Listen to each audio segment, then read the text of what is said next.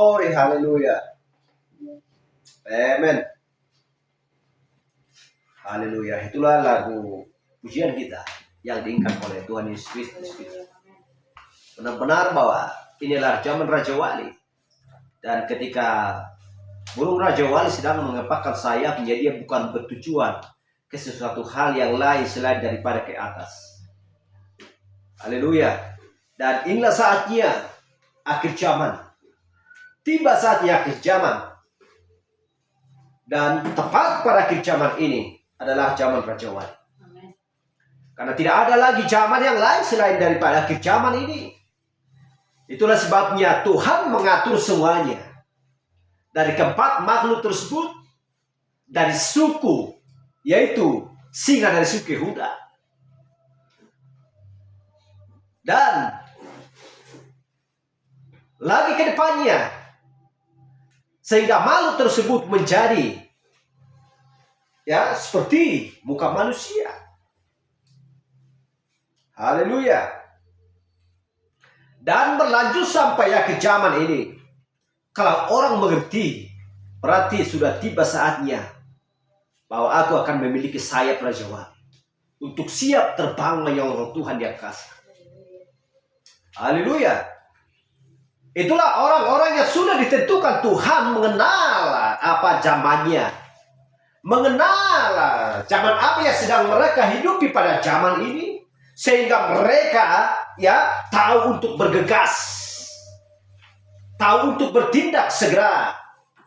Untuk supaya benar-benar berjumpa dengan Kristus.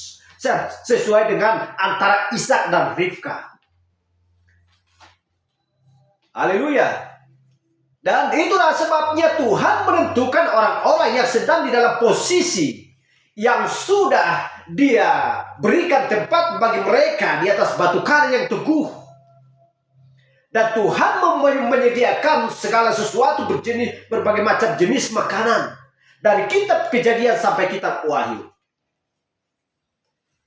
Ada perjanjian lama, ada perjanjian baru, ada Yehova, ada Yesus Kristus. Tetapi hanya satu Tuhan. Haleluya. Jadi pemikiran manusia di zaman ini sedang menentang waktu terang di waktu senja.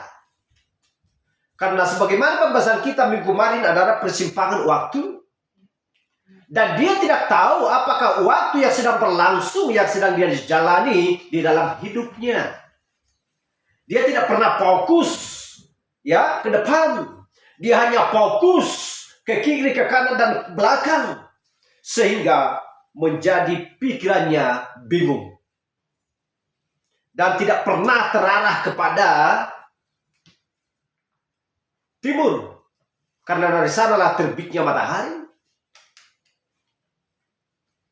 Haleluya. Dan tidak tahu bahwa zamannya adalah zaman Raja Wali. Ketika Kristus telah kembali ke tempatnya dan Dia mencurahkan Roh Kudus. Dan tidak tahu bahwa ketujuh guru itu memperdengarkan suaranya untuk membukakan materai-materainya. Di mana domba melepaskan materai-materainya. Dan orang-orang selalu bingung sama seperti zamannya Nuh. Sehingga mereka tidak terarah kepada Abraham yang sedang menantikan. Haleluya. Sedang menantikan apa yang di dalam hatinya telah tiba di depannya. Dan mengunjungi Abraham. Yaitu Melkisedek. Kalau memang dia tidak mengerti pada zaman itu, maka dia tidak akan sujud untuk menyembah. Dan memberikan yang paling terbaik bagi Melkisedek. Tetapi itulah Abraham yang memiliki iman. Iman bukan berasal dari siapa, melainkan iman berasal daripada Tuhan sendiri. Haleluya. Karena tidak ada iman-iman yang lain. Hanya satu jenis iman yang ada di dalam Yesus Kristus. Perjanjian lama Yehova, perjanjian baru adalah Yesus Kristus. Disitulah kadang-kadang orang tidak mengerti, sehingga orang bisa menjadi bingung karena tidak memiliki pengetahuan daripada surga, ya, tidak memiliki hikmat daripada Tuhan, sehingga yang satu mengatakan bahwa Yesus itu bukanlah Allah. Tetapi kita melihat ketika orang Yahudi menyebut dia adalah, ya, anak Daud. Tetapi ketika Revelasi yang mengisapkan bahwa Yesus itu adalah Tuhan, ketika kita melihat di kitab Yeskiel bahwa dia adalah anak manusia, karena anak manusia adalah nabi, berbicara tentang nabi. Tetapi seorang Revelasi tidak berhak untuk menyebut dia adalah anak Daud, harus dari orang Yahudi. Jadi kalau memang orang-orang tidak mengerti akan hal itu, maka membuat hati dan pikirannya menjadi bingung. Sehingga mereka tidak tahu bahwa mereka sedang berada dilanda oleh tipuan-tipuan dunia ini. Tetapi mempelai wanita memiliki benar-benar pewahyuan dan hikmat daripada Tuhan, sehingga memiliki iman sebagaimana iman yang dimiliki oleh Henok. Akan terjadi pengangkatan dan pembatu. Haleluya. Dan orang-orang Yahudi telah tahu bahwa mereka sedang nyaman di dalam Kristus. Mereka berada dalam bahtera. Dunia tidak akan berhak menyentuh mereka. Mereka nyaman di sana. Semuanya adalah rencana Tuhan. Bukan ketepatan Tuhan disalibkan, tetapi harus demikian untuk supaya menyucikan dosa manusia, menyempurnakan yang belum sempurna, di mana hak kesulungan, di mana warisan tersebut telah dihilangkan di Taman Eden oleh kelicikan iblis. Haleluya. Jadi kita akan memahami bagaimana tentang merubah sikap dan hidup, dan juga benar-benar memiliki elemen yang kuat dan power yang kuat, sehingga lampu tersebut yang ada di dalam jiwa kita, di dalam pikiran, selalu menyala terus non-stop 24 jam. Karena lampu pelita kita adalah firman, tidak ada yang lain. Karena lampu dunia ini tidak akan bisa haleluya, menerangi jiwa dan hati kita. Glory. Terpuji nama Tuhan, mari kita buka Alkitab kita dari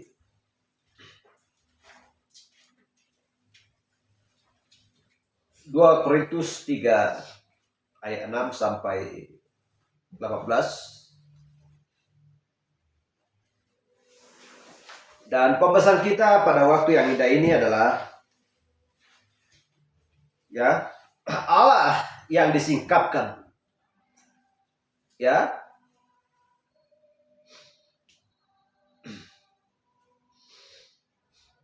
Allah yang disingkapkan, Allah yang perkasa disingkapkan di hadapan kita. Allah yang perkasa. Allah yang perkasa adalah Yehova.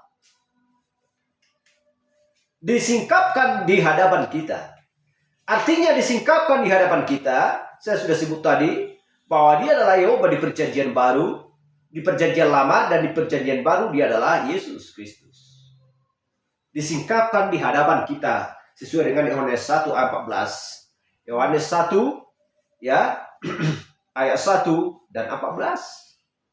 Bahwa dia telah menjadi daging dan tinggal di antara kita. Ayat 2 Korintus 3 ayat 6. Kita baca. Ia membuat kami juga sanggup menjadi pelayan-pelayan dari suatu perjanjian baru, yang tidak terdiri dari hukum yang tertulis, tetapi dari roh. Sebab Hukum yang tertulis mematikan tetapi roh menghidupkan. Pelayanan yang memimpin kepada kematian, ya, terukir dengan huruf pada loh batu. Namun demikian kemuliaan Allah menyertai waktu diberikan. Sebab sekalipun pudar juga, cahaya muka Musa begitu cemerlang, sehingga mata orang-orang Israel tidak tahan menatapnya. Jika pelayanan itu datang dengan kemuliaan yang demikian, betapa lebih besarnya lagi kemuliaan yang menyertai pelayanan roh. Sebab jika pelayanan yang memimpin kepada penghukuman itu mulia, betapa lebih mulianya lagi pelayanan yang memimpin kepada pembenaran. Sebenarnya apa yang dahulu dianggap mulia, jika dibandingkan dengan kemuliaan yang mengatasi segala sesuatu ini, sama sekali tidak mempunyai arti. Sebab jika yang pudar itu disertai dengan kemuliaan, betapa lebihnya lagi yang tidak pudar itu disertai kemuliaan. Karena kami mempunyai pengharapan yang demikian, maka kami bertindak dengan penuh kebenaran. Tidak seperti Musa yang menyelubungi mukanya, supaya mata orang-orang Israel jangan melihat hilangnya cahayanya yang sementara itu. Tetapi pikiran mereka telah menjadi tumpul. Sebab sampai pada hari ini selubung itu masih tetap menyelubungi mereka, jika mereka membaca perjanjian lama itu tanpa disingkapkan. Karena hanya Kristus saja yang dapat menyingkapkannya. Maka sampai pada hari ini setiap kali mereka membaca kitab Musa, ada selubung yang menutupi hati mereka. Tetapi apabila hati seorang berbalik kepada Tuhan, maka selubung itu diambil daripadanya. Sebab Tuhan adalah roh, dan di mana ada roh Allah, di situ ada kemerdekaan. Amin. 18. Dan kita semua mencerminkan kemuliaan Tuhan dengan muka yang tidak berselubung. Dan karena kemuliaan itu datangnya dari Tuhan yang adalah roh, maka kita diubah menjadi serupa dengan gambarnya dalam kemuliaan yang semakin besar. Haleluya. Mari kita berdoa. Terima kasih Tuhan Yesus, Engkau sudah menyingkapkan bagi kami Tuhan, bagi mempelai wanita di akhir zaman, yaitu firman-Mu yang dulunya terselubung. Telah Engkau singkapkan Tuhan bagi kami di akhir zaman, sehingga kami dapat melihat. Karena Engkau Tuhan sudah menggantikan mata kami menjadi mata rajawali, yang sanggup melihat Tuhan, dan memiliki sifat-sifat yang fokus, dan selalu Tuhan tertuju kepada kebenaran firman pada zaman ini Tuhan. Terima kasih Yesus. Ada pesan-Mu yang sempurna yang Kau sampaikan bagi seorang utusan di zaman ini Tuhan, untuk mengetahui semuanya bahwa ini adalah satu-satunya jalan selamat, dan membaptis setiap orang di dalam nama Yesus Kristus yang benar-benar memiliki kerinduan dan hati Tuhan, untuk supaya kesalahan dan dosanya benar-benar diampuni dan disucikan, dan menjadi menjadi sosok seorang manusia sempurna Tuhan, sehingga Engkau Tuhan memeteraikan kami di akhir zaman ini, dan mengisi benar-benar ketujuan tangga itu dari iman sampai kasih ke saudara-saudara. Terima kasih Yesus, bahwa Engkau telah menyucikan kami Tuhan di akhir zaman ini, untuk supaya benar-benar kami memiliki minyak sebagai Tuhan senjata kami, sebagai Tuhan meterai kami Tuhan, sampai pada hari penebusan-Mu, sampai kedatangan-Mu yang kedua Tuhan, untuk supaya kami menyatu benar-benar dengan Engkau. Itulah sebabnya Engkau berkata, Tuhan, aku akan berada di dalam kamu dan kamu berada dalam aku, sehingga menyatu antara suami dan istri, menjadi satu hati dan satu pikiran dan satu tujuan. Terima kasih Tuhan Yesus, Engkau sudah memilih kami, menentukan kami, mempredestinasi kami Tuhan sebelum dasar dunia ada, dan sudah mencatat nama-nama kami Tuhan dalam kitab kehidupan anak domba Allah. Terima kasih Yesus. Demikianlah perjalanan Tuhan ketujuan gereja dari Efesus sampai Laodikia. Harus berjalan Tuhan, karena dunia ini sudah semakin tua, waktunya akan tiba, di mana Engkau berkata sama seperti zamannya Nuh dan sama seperti zamannya Lot. Demikianlah kelak pada hari kedatangan anak manusia. Terima kasih Yesus, kami sudah membacakan firman-Mu. Sebentar lagi kami akan menebarkan Tuhan dan mendengarkan firman-Mu yang sempurna ini Tuhan, menjadi makanan jiwa kami, makan rohani kami pada musimnya Tuhan. Terima kasih Tuhan, kami serahkan untuk roh jiwa kami dalam Tuhan.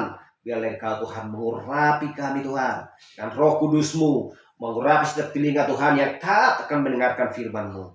Terima kasih Yesus, anakku sedang live dengan kami Tuhan. Kami akan percaya bahwa Engkau selalu Tuhan memberikan kekuatan untuk melakukan kebenaran Tuhan. Dan memberikan Tuhan pengertian lebih lagi kepada yang ada wahyuan. Terima kasih Yesus, kami berdoa di dalam nama Yesus. Haleluya. Amin. Silakan duduk.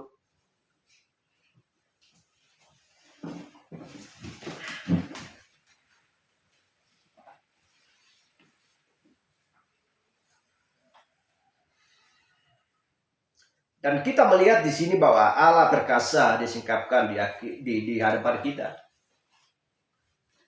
Dan ini sudah berlangsung di zamannya ya Abraham. Dan ini juga sudah berlangsung di zamannya Musa. Tetapi dia belum menyingkapkan di hadapan kita secara tubuh.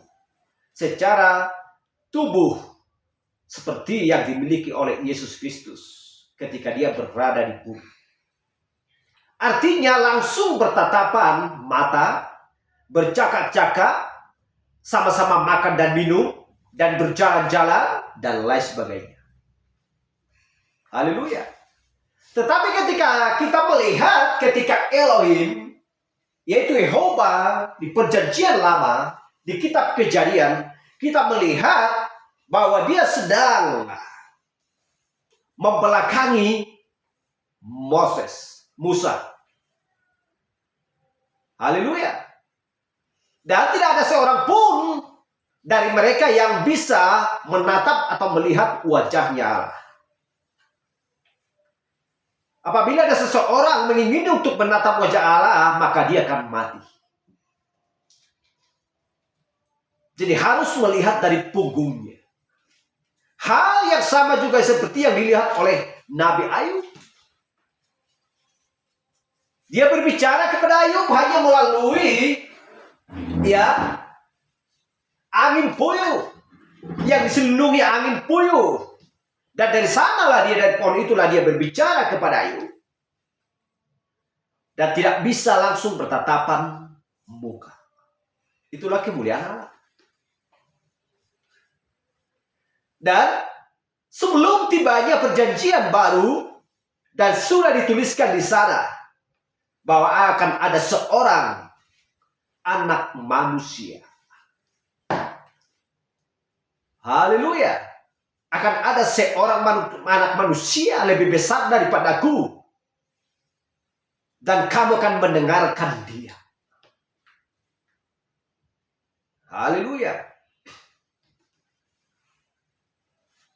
Jadi harus disikapkan di hadapan kita supaya memang benar-benar kita mengerti dan tahu zaman apa yang sedang kita hidupi di zaman ini. Kalau gagal akan mengerti, memahami akan zaman-zaman gereja, maka mereka keliru dan tidak tahu mereka akan kemana. Dan bahkan tidak tahu bahwa mereka sedang berada di bumi untuk tujuannya apa. Dan maksud Allah apa dengan dia. Kalau memang manusia bingung dan tidak mengerti kenapa aku ada di bumi. Dan dari mana asal usulku. Dan tujuanku kemana. Kalau memang tidak mengerti akan hal itu. Berarti mereka tidak lain adalah hanya sekedar hama. Hanya sekedar makhluk. Padahal Tuhan memberikan kepada setiap manusia adalah jiwa. Kalau Tuhan sudah memberikan kepada setiap manusia jiwa, berarti dia akan memikirkan suatu hal. Tetapi karena mereka jauh daripada jalannya Tuhan. Dan mereka kadang-kadang tidak mengerti dari manakah asal usulnya matahari. Dari manakah matahari terbit. Dan apakah pengertian timur? Dan apakah pengertian barat, utara, dan selatan? Ya,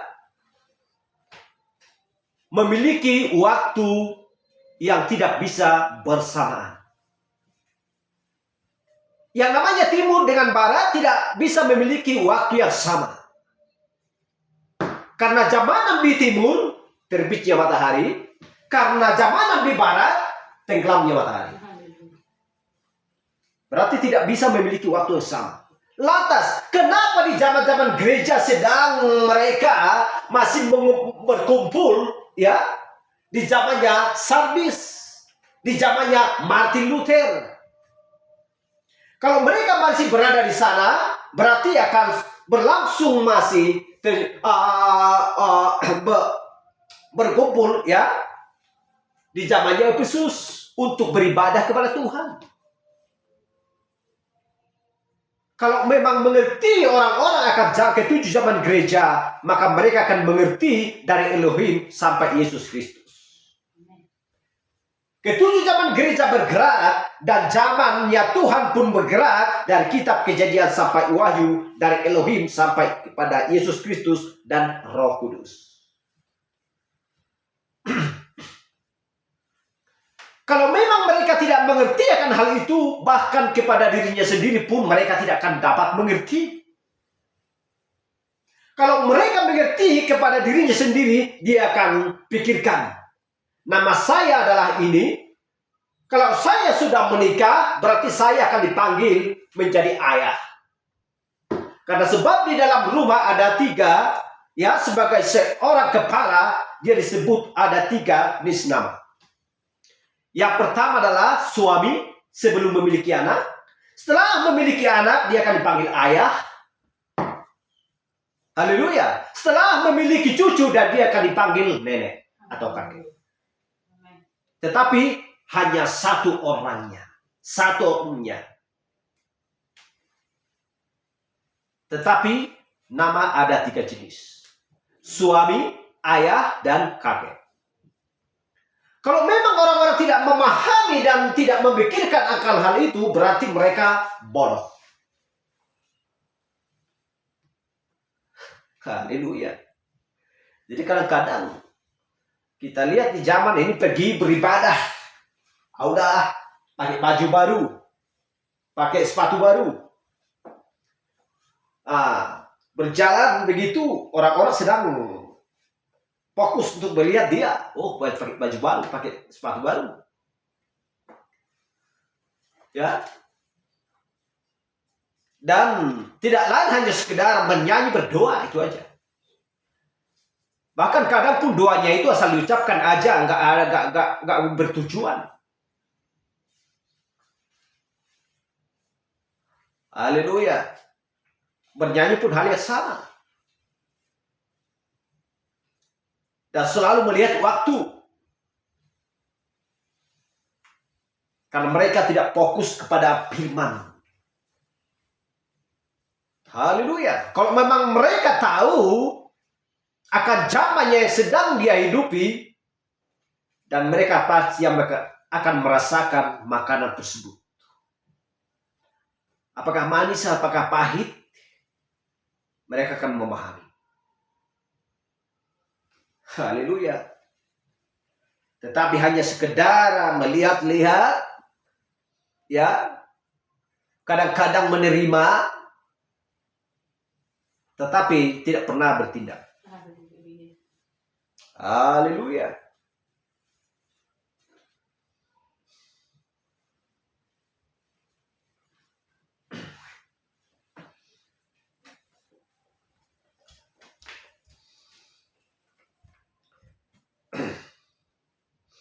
Ialah membuat kami juga sanggup menjadi pelayan-pelayan dari suatu perjanjian baru, yang tidak terdiri dari hukum tertulis, tetapi dari roh. Sebab hukum yang tertulis mematikan, tetapi roh menghidupkan.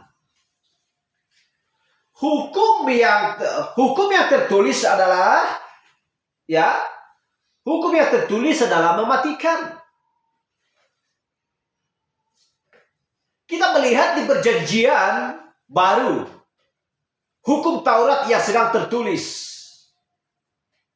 Tetapi bagaimanapun juga, ya, kalau Tuhan tidak melakukan seperti tahapan-tahapan yang tadi, mengganti topengnya, ya, seperti yang saya sebutkan tadi, dari suami sampai kepada kakek, maka identitasnya tidak bisa ditunjukkan sebagai kakek kalau memang dia tidak memiliki cucu. Tuhan tidak akan disebutkan sebagai Yesus Kristus kalau dia tidak menjadi satu, tidak menjadi Yohanes 1 dan 14. Dia harus merubah sesuai dengan perjalanannya untuk mengenapkan kitab Mazmur, Eskiel, ya.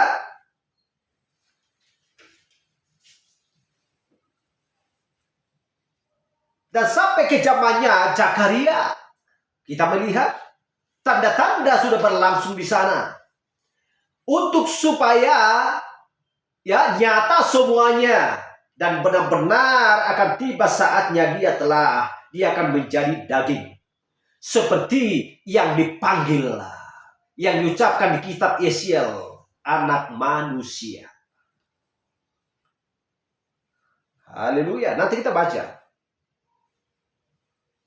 Pelayanan yang memimpin kepada kematian terukir dengan huruf pada loh batu.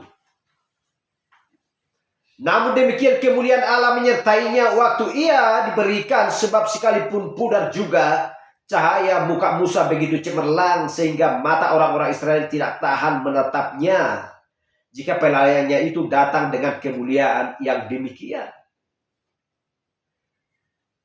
Sebab lebih besarnya lagi kemuliaan yang menyertai pelayanan roh. Karena roh adalah sebagai materai, adalah jaminan keselamatan manusia. Itulah sebabnya Kisah Rasul 2:38 dibaptis dalam nama Tuhan Yesus Kristus untuk pengampunan dosa. Dan sebab kamu akan menerima karunia Roh Kudus. Berbicara Roh Kudus adalah kehidupan.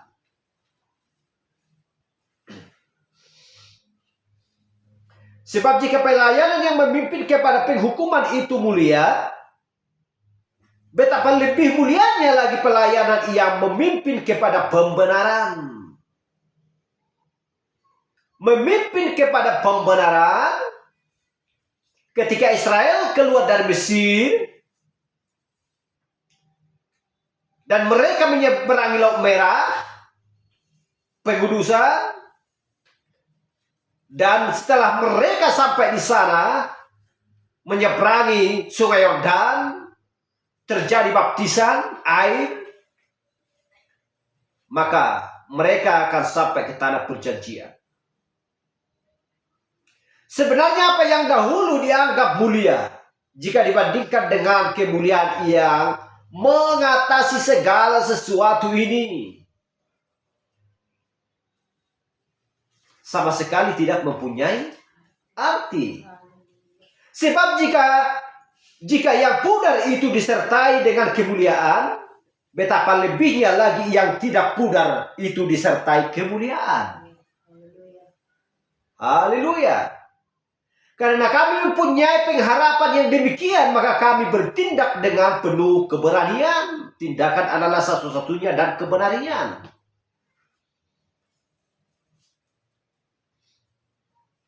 Tidak seperti Musa yang menyelubungi mukanya, supaya mata orang-orang Israel jangan melihat ya hilangnya cahaya yang sementara itu.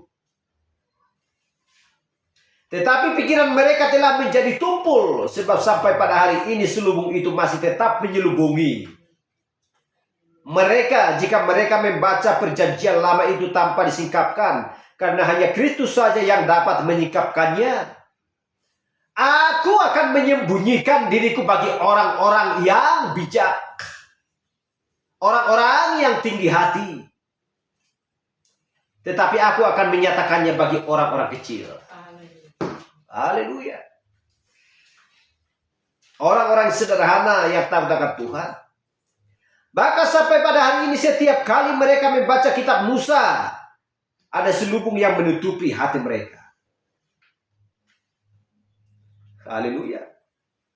Tetapi apabila hati seorang berbalik kepada Tuhan, maka selubung itu diambil daripadanya. Karena tidak ada seorang pun yang bisa mengambil selubung itu daripadanya selain daripada Tuhan.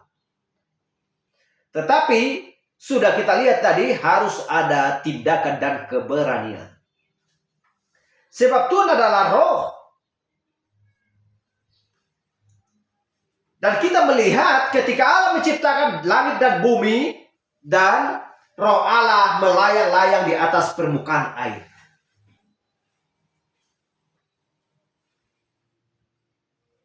Haleluya.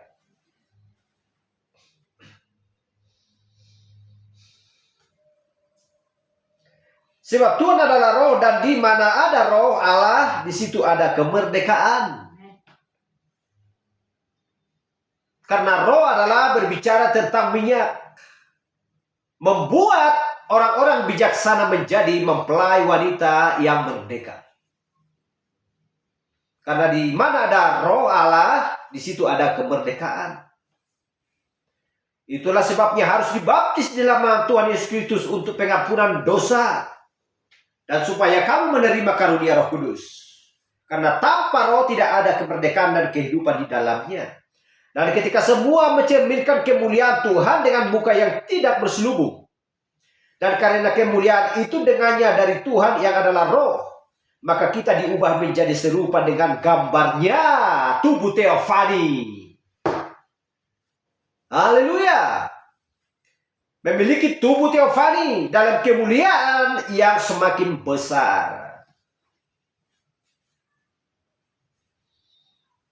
Haleluya. Karena tubuh kita ini bukanlah sama dulu seperti tubuh Yesus Kristus.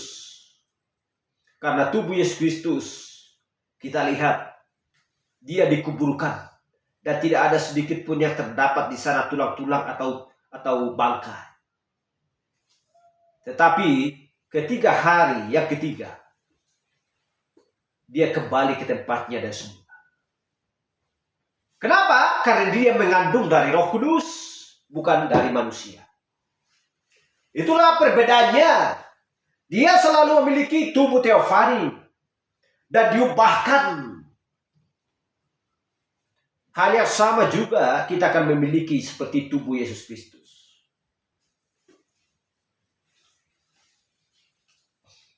Haleluya. Itulah sebabnya maka kita diubah menjadi serupa dengan gambarnya.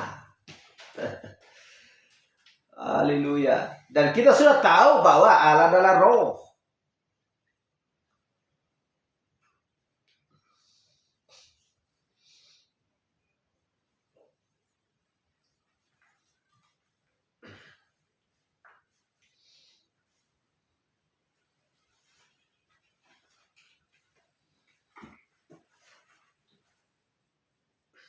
Kita baca lagi di Filipi 2 ayat 1. Jadi karena adalah Kristus adalah nasihat, ada penghiburan kasih, ada persekutuan roh, ada kasih mesra dan belas kasihan. Karena itu sempurnakanlah sukacitaku dengan ini. Hendaklah kamu sehat sepikir, dalam satu kasih, satu jiwa, satu tujuan. Sehati sepikir. Ya. Sehati sepikir, satu jiwa, dan satu kasih, satu tujuan. Kenapa dikatakan demikian? Karena hanya ada satu kepala kita sebagai contoh dan teladan kita. Untuk supaya hati dan pikiran kita sama-sama bekerja untuk bertindak melakukan firman Tuhan sesuai dengan perintah Tuhan. Dengan tidak mencari kepentingan sendiri atau puji-pujian yang sia-sia. Sebaliknya hendaklah dengan rendah hati yang seorang menganggap yang lain lebih utama daripada dirinya sendiri. Dan janganlah tiap-tiap orang hanya memperhatikan kepentingannya sendiri, tetapi kepentingan orang lain juga. Hendaklah kamu dalam hidupmu bersama menaruh pikiran dan perasaan yang terdapat juga dalam Kristus Yesus, yang walaupun dalam rupa Allah tidak menganggap kesetaraan dengan Allah itu sebagai milik yang harus dipertahankan, melainkan telah mengosongkan dirinya sendiri dan mengambil rupa seorang hamba dan menjadi sama dengan manusia. Dan dalam keadaan sebagai manusia, ia telah merendahkan dirinya dan tak sampai mati, bahkan sampai mati di kayu salib, yaitu Yesus Kristus. Kita lihat, dia adalah teladan, dia adalah contoh kita, dia adalah guru kita, dia adalah kepala kita, sehingga diberikan rohnya untuk menuntun kita kepada seluruh jalan kebenaran dan menjamin keselamatan kita dan membawa kita dari kegelapan kepada terang dan membawa manusia dari kematian kepada hidup. Barang siapa percaya kepada aku dan percaya kepada dia yang mengutus aku, ia memiliki hidup yang kekal dan tidak turut dihukum. Sebab ia sudah pindah dari dalam maut ke dalam hidup. Betapa senangnya manusia yang takut akan Tuhan berpindah dari dalam maut ke dalam hidup. Karena maut artinya adalah keterpisahan dari Allah.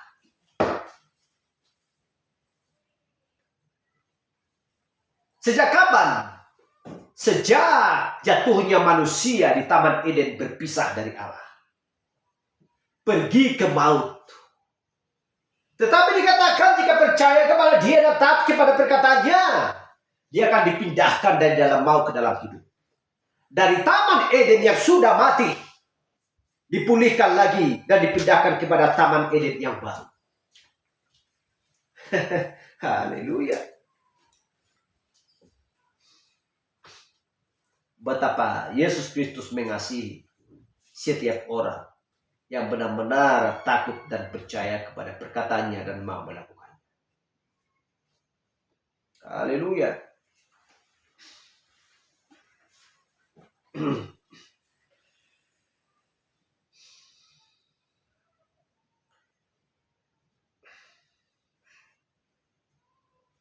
Jadi kita melihat bagaimana ya nasihat adanya manusia sudah ada rasa lapar di dalam hati manusia untuk supaya mencari Tuhan. Haleluya. Tetapi kalau benar-benar dia tahu ya dari mana dia berasal dan apa alasannya dia ada di sini dan kemana dia akan pergi, seperti yang katakan tadi. Kalau dia memahami dan melihat dirinya sendiri, maka dia akan mencari Allah. Itulah yang ada di dalam pikirannya Ayub. Itulah sebabnya dia mencari Allah. Haleluya. Kalau tidak ada di dalam pikirannya seperti itu, maka dia tidak akan mencari Allah. Dan kita melihat dan kita tahu bahwa kitab yang tertua dalam kitab adalah kitab Ayub. Dan dialah yang paling kudus manusia di hadapannya Tuhan. Haleluya.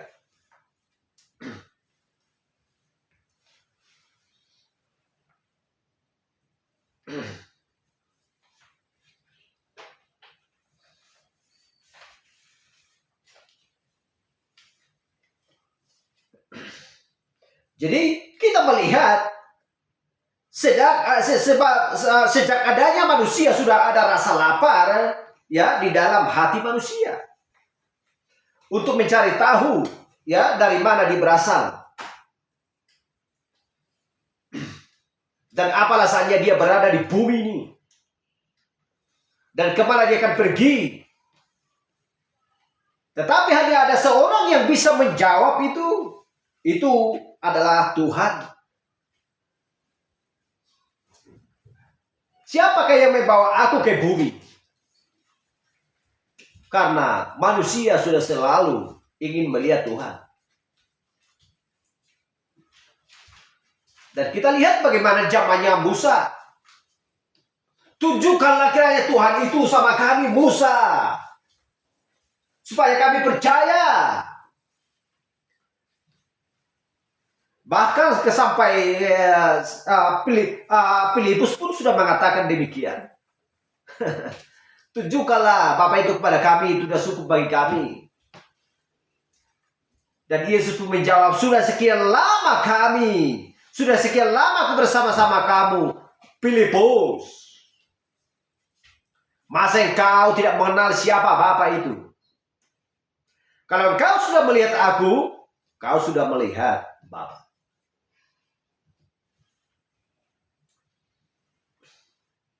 Haleluya. Tetapi dalam arti, ya, manusia sudah selalu ingin melihat Allah, ya, itu adalah anak-anaknya Tuhan, pilihannya Tuhan, yang memiliki hati yang seperti itu.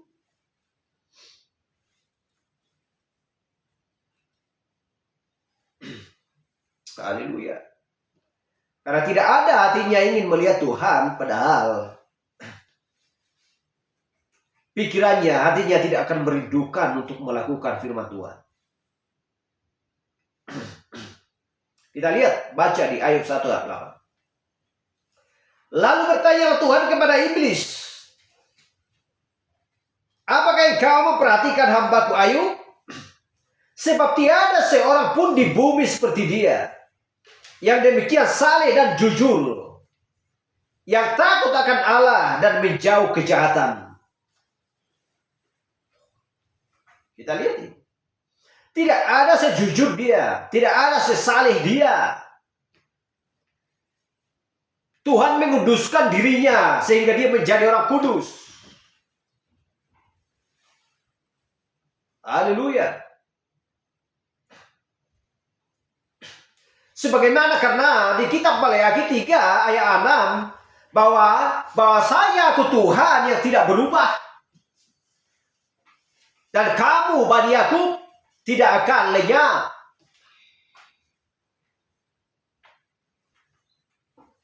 Haleluya. Ada sebagai contoh dibuat Tuhan. Tidakkah kau memperhatikan hambaku Ayub? Karena dialah manusia paling tertua di bumi. Kitab yang tertua. Loh, kenapa kau katakan seperti itu? Ada tertulis.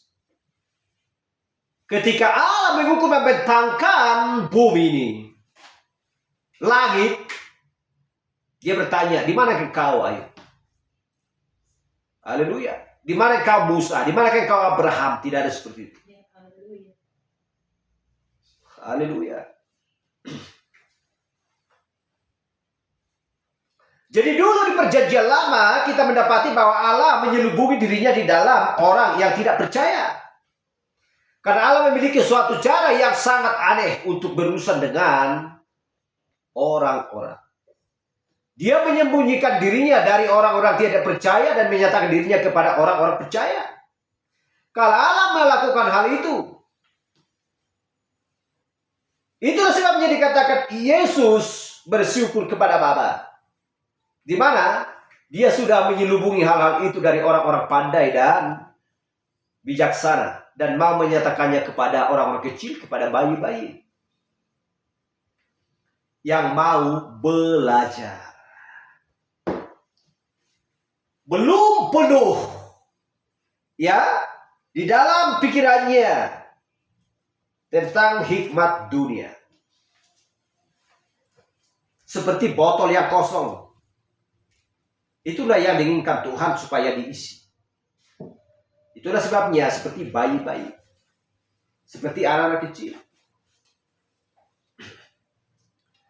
Jadi kita melihat bahwa Allah tidak pernah berubah.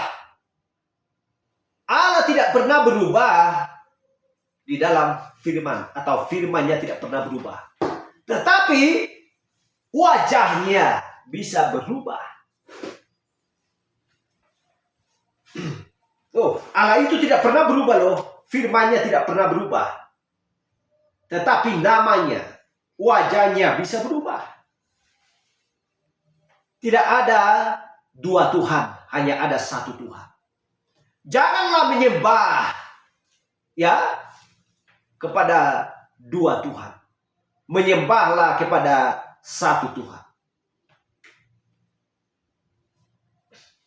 Jadi selalu melakukan pekerjaan yang sama. Sesuai dengan Maleakhi, ya, akulah Allah dan aku tidak berubah. Jadi dia bekerja di dalam prinsip yang sama, senantiasa. Jadi kita lihat bagaimana tentang Ayub adalah salah satu seorang yang paling benar di zamannya. Seorang manusia yang sempurna dalam hukum-hukum Allah. Seorang hamba yang mulia dan terhormat. Bahkan sampai Allah berkata tidak ada yang seperti dia di bumi. Haleluya. Karena apa yang dia inginkan adalah untuk melihat Tuhan, melihat Allah. Dia tahu bahwa ada seorang Allah dan dia merasakan bahwa dia mau, ya, melihat dia. Sekalipun caci-caci penuh dengan tubuhku ini, namun aku akan melihat Tuhan. Dan dia akan berdiri di hadapanku. Dia selalu merindukannya. Haleluya.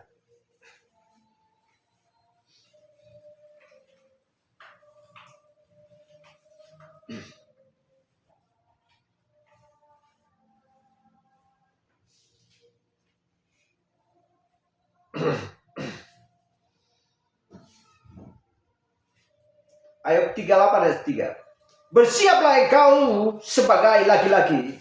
Aku akan menanyai engkau, supaya engkau memberitahu aku. Allah bertanya kepada dia. Ada sesuatu yang dia pertanyakan. Apakah Tuhan tidak tahu apa isinya, isi hatinya? Tuhan sudah tahu isi hati manusia.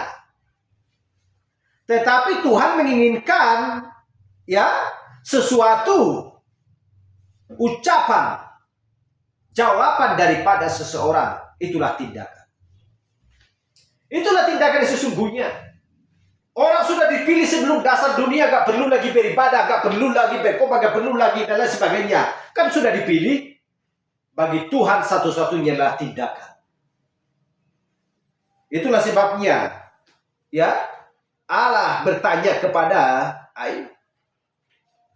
Aku akan menanyai engkau supaya engkau memberitahu aku. Emangnya Tuhan tidak tahu, ya? Tahu, tetapi itulah yang diinginkan. Ada suatu pengakuan, ada suatu kerinduan di mana isi hatinya selalu tertuju kepada Tuhan dan ingin melihat Tuhan. Haleluya, glory.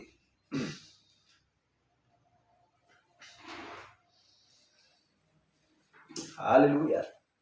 Jadi itulah yang ya yang dia ingin mencari tahu, apakah dia tidak bisa mengetuk pintunya besar, mengetuk pintunya Tuhan dan mengadakan sebuah wawancara atau bercakap-cakap dengan dia. Haleluya. Jadi tetapi kita tahu bahwa Allah berbicara kepadanya, tetapi dia diselubungi. Dia diselubungi dalam rupa angin puyuh. Dan dia memberitahu Ayub, ya, untuk mengikat pinggangnya. Karena dia mau hendak berbicara kepadanya. Haleluya. Itulah pengertian Allah yang perkasa disingkapkan di hadapan kita. Haleluya. Namun dia tidak melihatnya dengan tepat. Dia harus mendengarkan angin bertiup dan berputar di pepohonan. Ya. Dan suara keluar dari angin puyuh itu. Tetapi Allah dulu diselubungi di dalam, ya, angin puyuh. Keluaran 33:21. Berfirmanlah Tuhan, ada suatu tempat dekatku di mana engkau dapat berdiri di atas gunung batu. Kita lompat ayat 23. Kemudian aku akan menarik tanganku dan engkau akan melihat belakangku, tetapi wajahku tidak akan kelihatan. Kalau sudah berbicara Keluaran, berarti itu adalah Musa. Hanya Musa yang menuntun Israel keluar dari Mesir. Jadi kalau keluaran berarti mereka keluar dari Mesir sampai ke tanah perjanjian. Jadi Musa melihat Allah dari belakangnya, dari punggungnya. Tetapi Allah berbicara kepada Musa. Haleluya. Kemudian aku akan menarik tanganku dan engkau akan melihat belakangku, tetapi wajahku tidak akan kelihatan.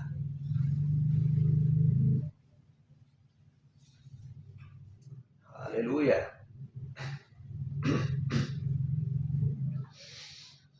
Jadi kita melihat bahwa Allah Yehova di perjanjian lama, Yesus Kristus di perjanjian baru, Allah yang sama, Tuhan yang sama.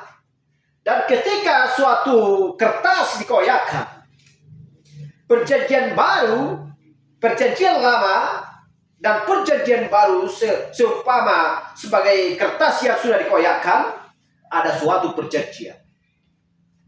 Jikalau engkau adalah milikku, dan aku adalah Bapamu, suatu saat nanti kita akan berjumpa dan menyatu.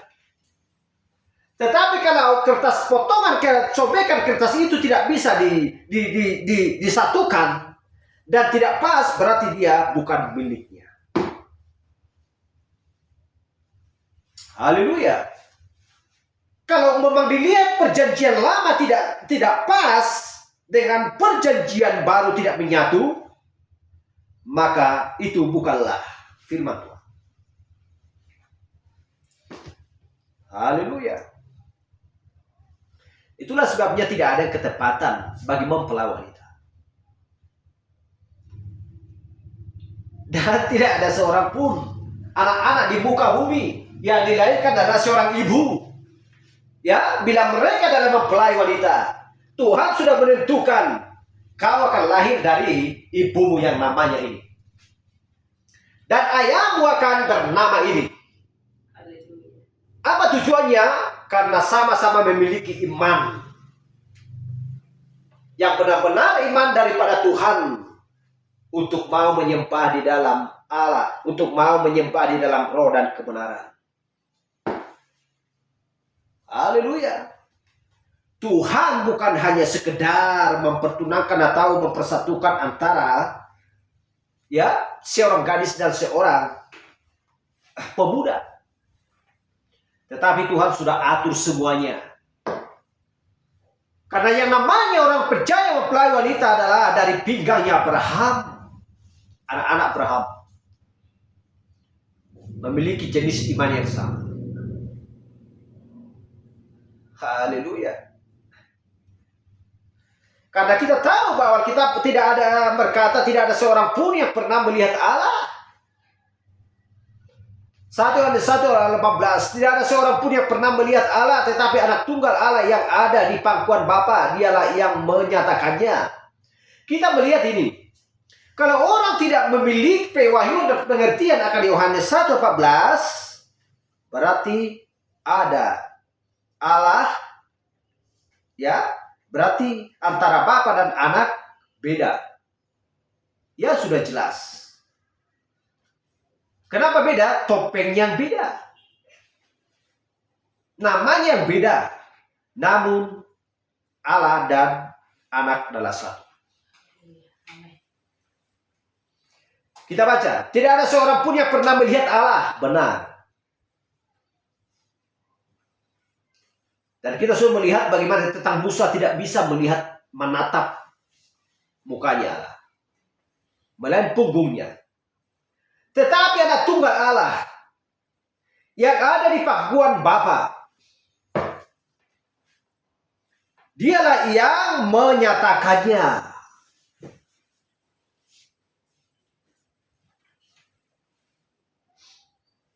Haleluya. Apakah tidak tahu mengerti di pangkuan Bapa? Artinya bukan di pangkuan seperti orang miskin ada di pangkuannya Abraham, bukan seperti yang dimaksudkan. Di pangkuannya Bapa dia kembali kepada kerajaannya sebagaimana anak manusia pergi ke pangkuannya Daud.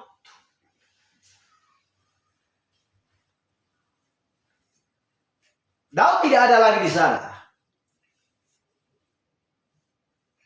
Haleluya. Daud adalah seorang raja. Kita harus mengingat dan tahu siapakah anak Daud. Kalau anak manusia berada di pangkuan bapaknya, ya, berarti dia berada di pangkuannya Daud.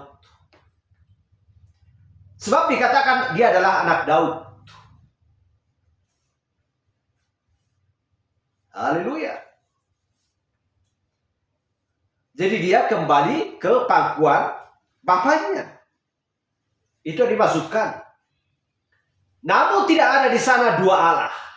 Di dalam tahta tidak ada dua Allah, hanya ada satu Allah. Yohanes melihat hanya seorang saja. Haleluya. Biar kita dapat mengerti. Ya. Tetapi anak tunggal Bapa telah menyatakannya. Jadi Musa melihat dia diselubungi sebagai seorang manusia. Jadi kita temukan bahwa Yehova perjanjian lama adalah Yesus perjanjian baru.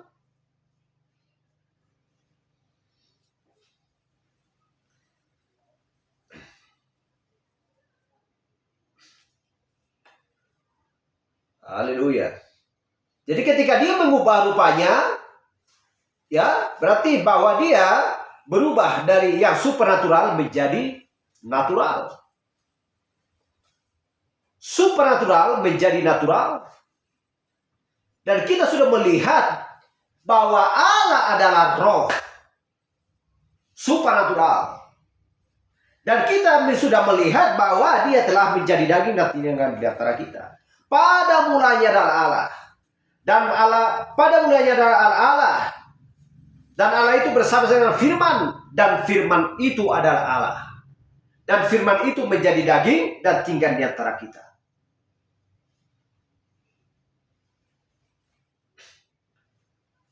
Jadi dengan kata lain dia hanya mengganti topengnya. Itu sama seperti sebuah drama, ya. Dia sedang berakting di dalam bahasa Yunani ketika akan mengganti topeng mereka. Seperti itulah, ya, caranya Tuhan untuk memperkenalkan dirinya kepada manusia.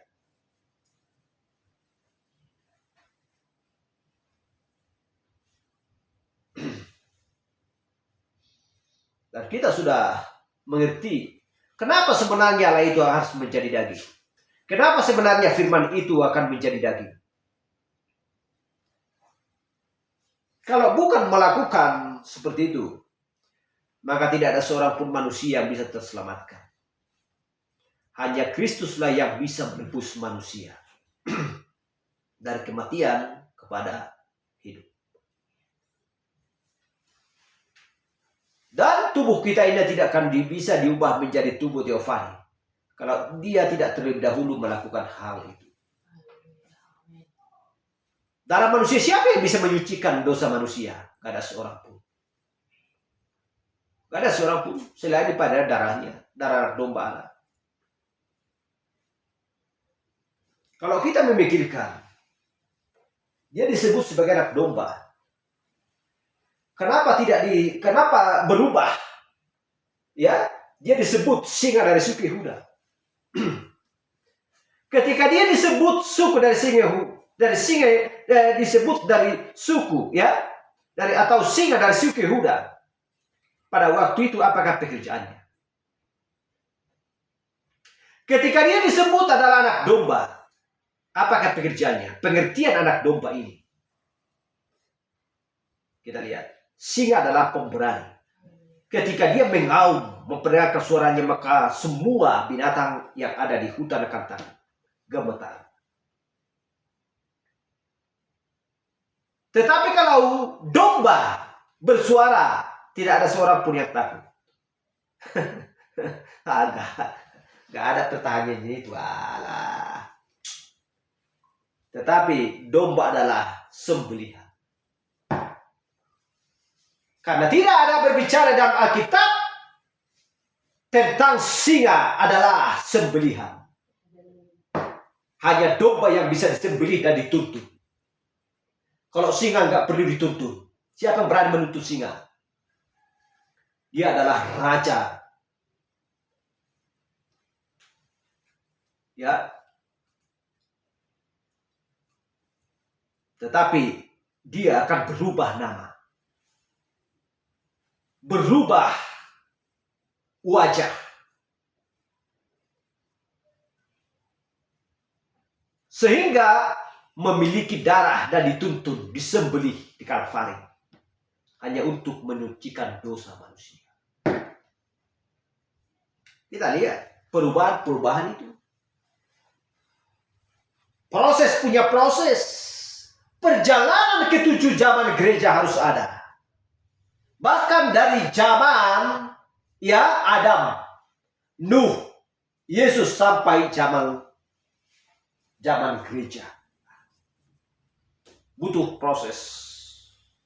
Sebagaimana matahari sedang berjalan dari timur sampai ke barat. Bergerak dari timur sampai ke barat, bukan berjalan. Kalau hanya yang berdapat, kadang-kadang bahasa ini manusia yang berjalan, binatang dan lain sebagainya. Tetapi bergerak. Nanti kena teror, bahaya. Jadi kalau kita pun sedang mendengarkan, bisa langsung dikatakan, matahari kan nggak punya kaki. Langsung aku jawab, oh ya maaf. nggak salah itu. Jadi kita melihat di sini, kita melihat di sini mengambil nubuatan-nubuatan perjanjian lama perihal bagaimana Mesias nantinya. Jadi bisa membandingkan dengan kehidupan Yesus. Dan kita sudah melihat bagaimana tentang ketika Yesus berada di bumi. Yang supranatural menjadi rupa yang natural dari seorang manusia. Namun dia adalah Allah yang dimanifestasikan di dalam daging. Diselubungi oleh seorang manusia. Selubung daging. Itu yang dimaksudkan. Selubung daging. Dan kita melihat dan memperhatikan di perjanjian lama.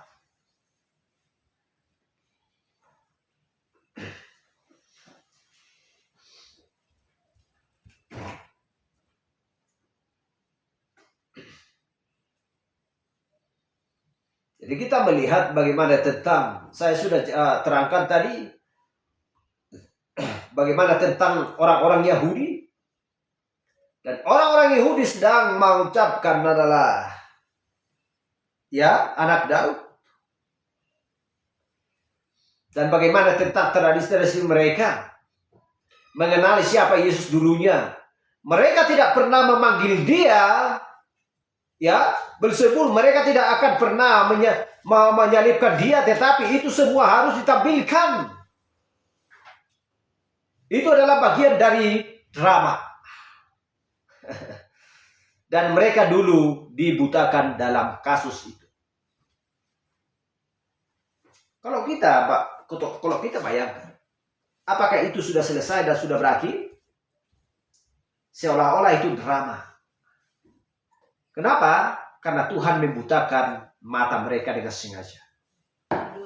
Untuk supaya bangsa kafir mendapatkan keselamatan. Seolah-olah seperti drama. Itulah perjalanannya Tuhan. Percaya nggak kepada semuanya itu? Mempelai wanita tak percaya.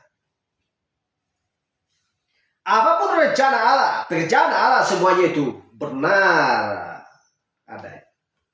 Benar di dalam hati dan pikiran mempelai wanita. Haleluya.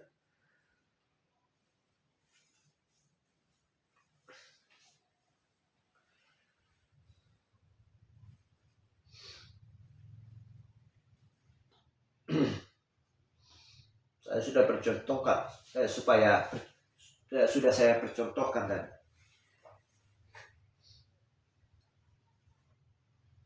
Bagaimana tentang ketika Yesus mengatakan kepada Nikodemus, ya, kepada Filipus, sudah sekian lama aku bersama dengan kamu. Masa kamu tidak mengenal siapa Bapa itu? Kalau engkau sudah melihat aku, engkau sudah melihat Bapa itu. Bagaimanapun juga, seorang ayah tidak akan bisa mengatakan seperti itu. Di manakah ayahmu? Dia tidak akan bisa menjawab. Kalau engkau sudah melihat aku, engkau sudah melihat ayahku. Gak ada seperti itu. Hanya Yesus yang bisa mengatakan demikian. Haleluya. Seharusnya kalau ada anak, ada Bapa. Tetapi bisakah seseorang anak di bumi ini, manusia mengatakan atau menjawab, kalau engkau sudah melihat aku, engkau sudah melihat ayahku. Tidak akan bisa. Hanya Yesus yang bisa mengatakan demikian karena dia adalah Bapa sendiri. Tetapi diselubungi tubuh manusia. Haleluya. Sudah kita baca tadi bagaimana tentang kitab Ayub.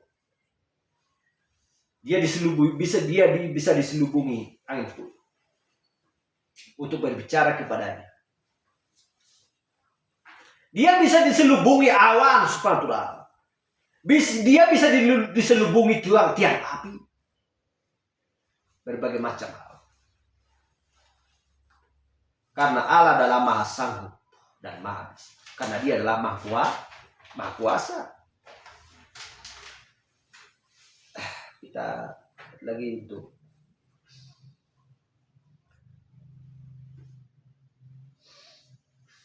Kita baca lagi di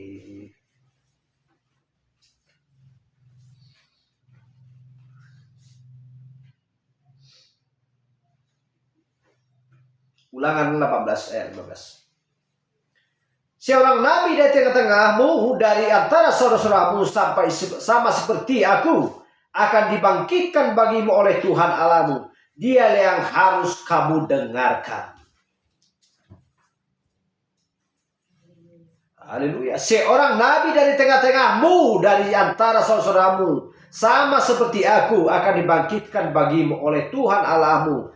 Dialah yang harus kamu dengarkan. Kita lihat Yeskiel 2 ayat 3. Firman-Nya kepadaku, hai anak manusia, aku mengutus engkau kepada orang Israel, kepada bangsa pemberontak yang telah memberontak melawan aku. Mereka dan nenek moyang mereka telah mendurhaka terhadap aku sampai hari ini juga.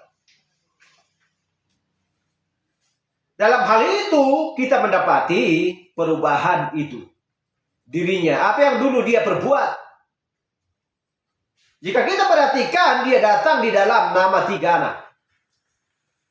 Ya, dia datang di dalam nama 3 anak manusia, dan di dalam anak Allah dan anak Daud. Dia adalah datang sebagai anak manusia, seperti yang kita baca dari kitab Yeskiel, ya, Yeskiel 2 ayat 3 tadi, Yehova, dia sendiri menyebut Yeskiel, nabi itu anak manusia. Anak manusia tidak seorang nabi. Dia datang seperti itu untuk menggenapkan Ulangan 18 ayat 15. Di mana Musa berkata, Tuhan Allahmu akan membangkitkan seorang nabi seperti aku dari tengah-tengahmu. Dia tidak pernah menyebut dirinya anak Allah. Ya, tetapi dia menunjuk kepada dirinya anak manusia. Karena dia harus datang sesuai dengan kitab suci. Dia harus menjadi 2 potongan.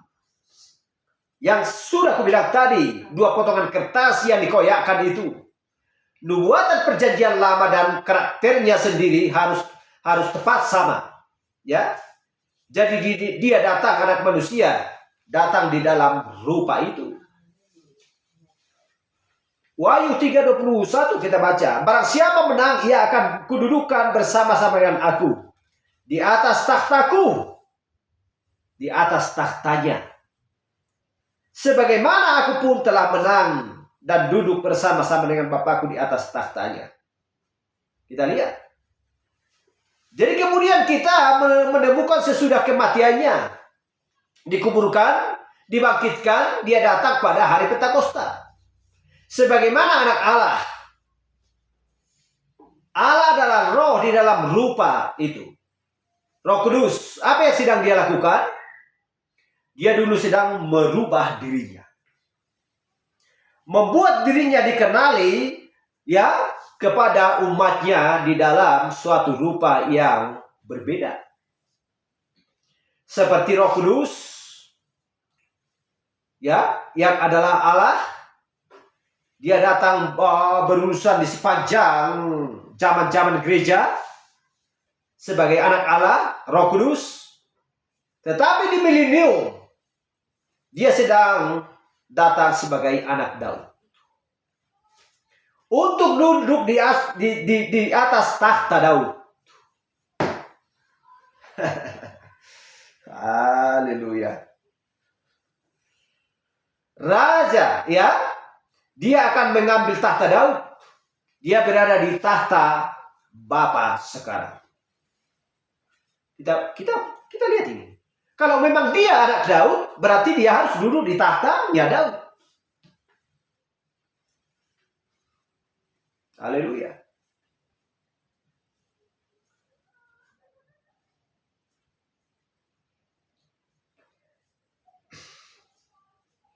Jadi dia berada di tahta Bapa sekarang. Dan kemudian dia katakan, dia yang memegang akan duduk bersama-sama dengan aku di atas tahtaku. Sebagaimana aku telah menang dan duduk di atas tahta Bapakku. Tahta Daud. Kalau sudah duduk di tahta Daud, apakah Daudnya ada di situ? Tidak ada. Berarti dia hanya berubah tadi. Anak manusia dan anak Daud. Kita sudah melihat tadi ada 3 tahapan.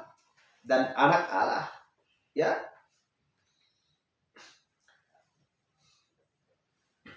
Jadi kita lihat. Jadi milenium dia akan menjadi anak Daud. Apakah itu? Allah yang sama. Di sepanjang waktu hanya mengganti topengnya. Seperti yang kubilang tadi. Suami, ayah, dan kakek.